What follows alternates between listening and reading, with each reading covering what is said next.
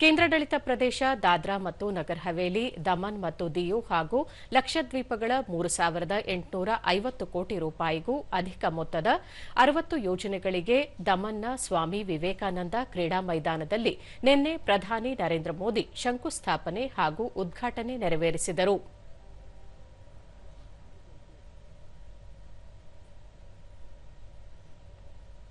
अवसरों के एक नए युग की शुरुआत करेंगी।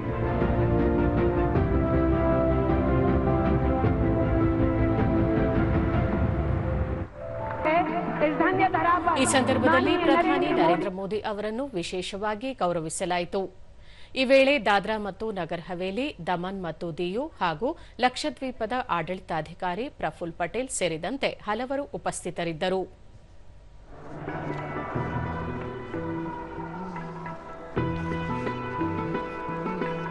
बहुत बहुत स्वागत है माननीय प्रधानमंत्री जी का इस धरा पर।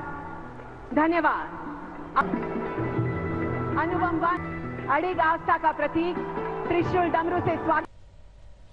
ಬಳಿಕ ಪ್ರಧಾನಿ ನರೇಂದ್ರ ಮೋದಿ ಈ ವರ್ಷದ ಮಾರ್ಚ್ 31ಕ್ಕೆ ಮುಕ್ತಾಯಗೊಂಡ ತ್ರೈಮಾಸಿಕದಲ್ಲಿ ದೇಶದ ಬೆಳವಣಿಗೆಯ ದರ ಶೇಕಡ 7.8ರಷ್ಟಿದ್ದು, ಇದು ಪ್ರತಿಯೊಬ್ಬ ಭಾರತೀಯನೂ ಹೆಮ್ಮೆ ಪಡುವ ಸಂಗತಿಯಾಗಿದೆ. ದೇಶದ ಅರ್ಥವ್ಯವಸ್ಥೆಯು ಪ್ರಗತಿ ಪಥದಲ್ಲಿ ಕ್ಷಿಪ್ರಗತಿಯಲ್ಲಿ ಸಾಗುತ್ತಿರುವುದಕ್ಕೆ ಇದು ಸಾಕ್ಷಿಯಾಗಿದೆ ಎಂದರು.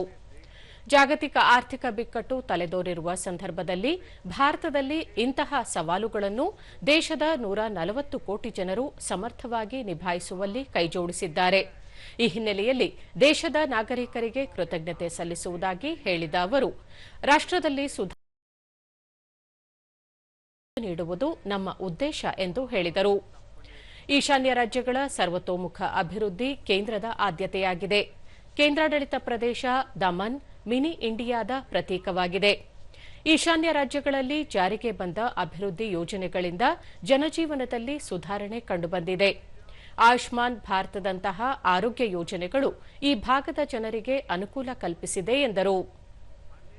ಪರಿಯೋಜನಾओं का उद्घाटन और शिलान्यास हुआ है. ದಮನ್ನಲ್ಲಿ ನಡೆದ ರೋಡ್ ಶೋನಲ್ಲಿ ಸ್ಥಳೀಯರು ಹೆಚ್ಚಿನ ಸಂಖ್ಯೆಯಲ್ಲಿ ಪಾಲ್ಗೊಂಡು ಪ್ರಧಾನಿ ಅವರನ್ನು ಸ್ವಾಗತಿಸಿದರು.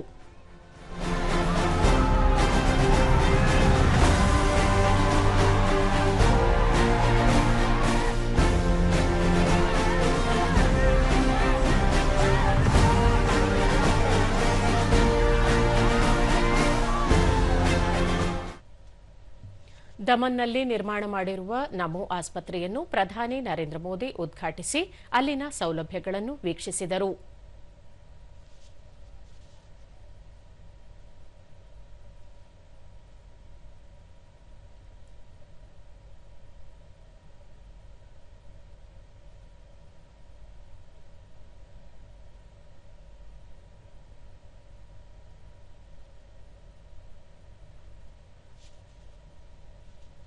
ಈ ಆಸ್ಪತ್ರೆ ಪ್ರತಿದಿನ 1,500 ಹೊರರೋಗಿಗಳಿಗೆ ಆರೈಕೆ ಮಾಡುವ ಸೌಲಭ್ಯ ಹೊಂದಿದ್ದು, ಈ ಭಾಗದ ಜನರಿಗೆ ಅತ್ಯುತ್ತಮ ಸೇವೆ ಒದಗಿಸಲು ಪೂರಕವಾಗಿದೆ. ದಮನ್ನಲ್ಲಿ ನಿರ್ಮಿಸಿರುವ ನಮೋ ವಿಮಾನ ನಿಲ್ದಾಣದ ನೂತನ ಟರ್ಮಿನಲ್ ಕಟ್ಟಡವನ್ನು ಉದ್ಘಾಟಿಸಿದ ಪ್ರಧಾನಿ ಸೌಲಭ್ಯಗಳನ್ನು ವೀಕ್ಷಿಸಿದರು.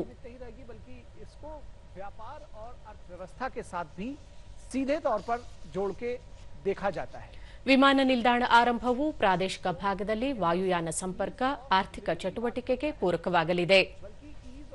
बिजनेस की भी हम बात इसके साथ जोड़ सकते हैं।